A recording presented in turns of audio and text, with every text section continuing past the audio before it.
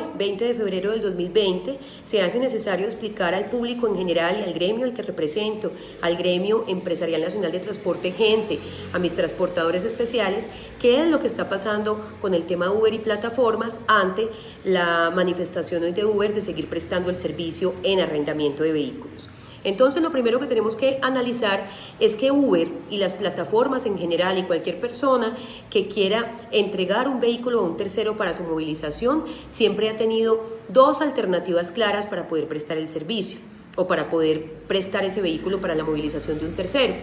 La prestación del servicio público, es decir, habilitarse como una empresa de transporte legalmente habilitada, ya sea en la modalidad de taxis o en la modalidad de especiales, que sería la que cabría. Recuerden que la diferencia entre los taxis y los especiales, la diferencia fundamental, ambos son públicos, pero la diferencia es que los especiales requieren un contrato escrito previo entre el usuario y la persona que contrata. El transporte especial siempre ha estado atento a satisfacer las necesidades de movilización de las diferentes personas, pero no ha podido prestar el servicio libremente, como por ejemplo lo hace Uber, porque para poder prestar el servicio requiere una serie de requisitos que son muy difíciles de cumplir, entre ellos que los contratos estén registrados en la plataforma de un sistema que tiene la superintendencia, que se llama el sistema Vigía, y la expedición de un documento FUE. Entonces, efectivamente, toda persona que necesite un vehículo puede utilizar esas dos figuras, taxis o transporte especial, que como les digo son transporte público. Pero también existe otra modalidad, que no es una prestación del servicio como tal, sino que es un arrendamiento de vehículos con conductor. Esa modalidad siempre ha estado vigente y está en la Ley 300 del 93, en su artículo 90, 91 y 92, y manifiesta, dice la norma, de que efectivamente cualquier persona puede montar una rentadora de vehículos. ¿Qué quiere decir eso? Que yo puedo montar una empresa de turismo para fines turísticos, porque el arrendamiento de vehículos solamente se puede para fines turísticos, y contar con unas condiciones que establece la norma, como son tener 5 vehículos como mínimo, tener un capital un poquito alto y unos requisitos como por ejemplo tener las tarifas registradas públicamente y obviamente pues acomodarse a la legislación de turismo con el Registro Nacional de Turismo.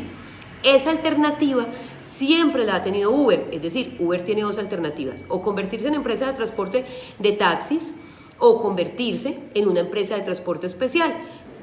Como les decía, cuando tú tomas un vehículo de transporte público, tú estás contratando una movilización de un punto A a un punto B, y toda la responsabilidad que pase durante ese trayecto del punto A al punto B es responsabilidad del transportador habilitado y autorizado para prestar ese servicio. En cambio, cuando tú tomas un vehículo particular de arrendamiento de vehículo legal, que en este caso Uber no lo está haciendo legal, tú en realidad lo que estás haciendo es legalmente estás alquilando un vehículo, y por lo tanto tú como persona natural o jurídica estás asumiendo toda la responsabilidad de todo lo que ocurra, porque a ti en realidad te están entregando ese vehículo en arriendo. O sea que todo lo que pase con el conductor, un atropello, un accidente, cualquier situación que se presente, cualquier reclamación, eres tú como usuario quien tendrías que entrar a responder por esa situación. Eso en el caso de que efectivamente Uber estuviera arrendando los vehículos de manera legal, pero no lo está haciendo. Hay un vacío jurídico y ellos siempre lo han sabido, porque ellos no son propietarios de los vehículos. Si ellos fueran propietarios del parque automotor, podrían arrendar vehículos de manera legal,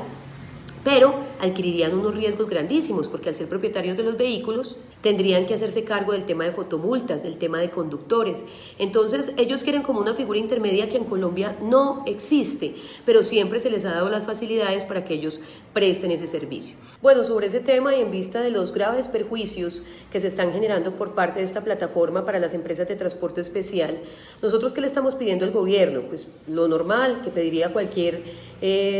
actividad transportadora, como dicen aquí en Antioquia, o todos en la cama o todos en el suelo. Si es que todos podemos prestar el servicio de arrendamiento de vehículos con conductor sin necesidad de constituir una empresa de transporte y sin necesidad de ser propietarios del parque automotor, entonces en ese caso nosotros le pediríamos al gobierno que nosotros también lo podamos hacer de manera legal, porque también tenemos las condiciones, la capacidad económica y la capacidad administrativa y técnica para prestar ese servicio. De lo contrario, entonces, Uber tendría que indemnizar a todos los transportadores legalmente constituidos, en este caso al transporte especial, por los perjuicios causados por competencia desleal, porque no se está acogiendo ni a la reglamentación de transporte público legal ni a la reglamentación de arrendamiento de vehículos. Entonces nosotros hemos decidido el próximo lunes radicar una renuencia al ministro de Transporte